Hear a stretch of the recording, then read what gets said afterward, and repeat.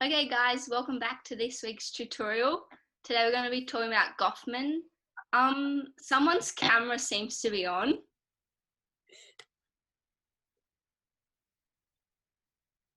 Okay, I'm sorry about that guys. So we're going to be talking about the readings for this week.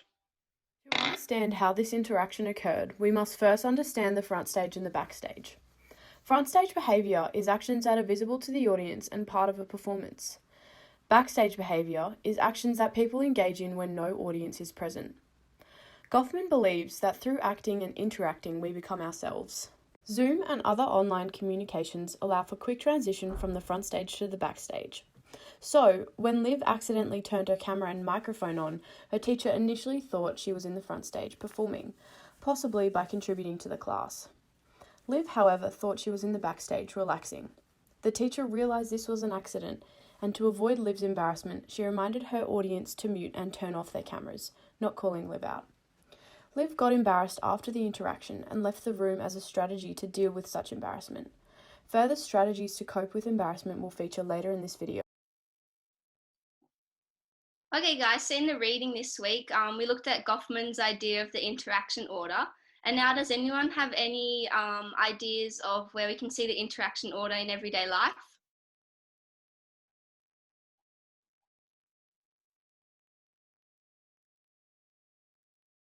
I didn't really read the readings that much. I looked over them a little bit, but isn't it about frame analysis and front stage and backstage and stuff? Well, you're kind of on the right track. This was another example of an embarrassing situation. But unlike Liv, who employed a defensive strategy to save herself from further embarrassment, Sammy engaged with a protective strategy to save the tutor from this failing interaction. This is an example of tact, used to help others regain face. Even though Sammy didn't actually know the answer to the question, he felt the need to participate because the situation was embarrassing for the tutor and was making Sammy, as an audience member, feel discomfort. This discomfort stems from the fact that the interaction was not following the interaction order.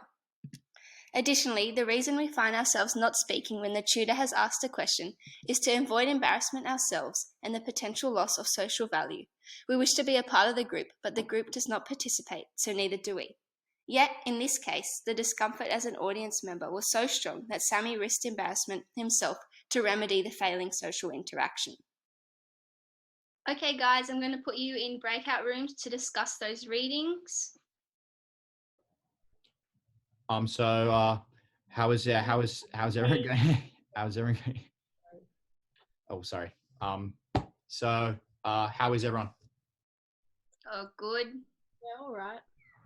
I guess we should probably get started on the reading. Yeah. Let's do it. Goffman published his book depicting frame analysis in 1974, and it looked to explain the question, what is going on, in a sociological sense using a cinematic metaphor. The primary frameworks are concepts in time and space that explain the fundamental questions of who, what, when, where, and thus give insight and understanding of how to interact in a social setting. The frames become distorted in an online video conference, such as a breakout room on Zoom, as there is minimal feedback from other people and thus little understanding of what is going on.